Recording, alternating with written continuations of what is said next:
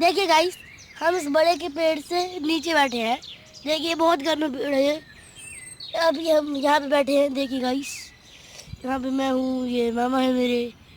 मामा कुछ बोलो। लाइक करो। सब लाइक करें और कमेंट में जाके अपना नाम बताएं कि हमारी वीडियो कौन कौन देख रहा है। देखिए गाइस, अभी हम यहाँ पे पेड़ के नीचे बैठे हैं। अभी हमारे को खेत के भी पास जाने हैं, इसलिए हम यहाँ पे बैठ के आराम कर रहे हैं। ठीक है, हमने आराम कर लिया, अब हम जा रहे थे।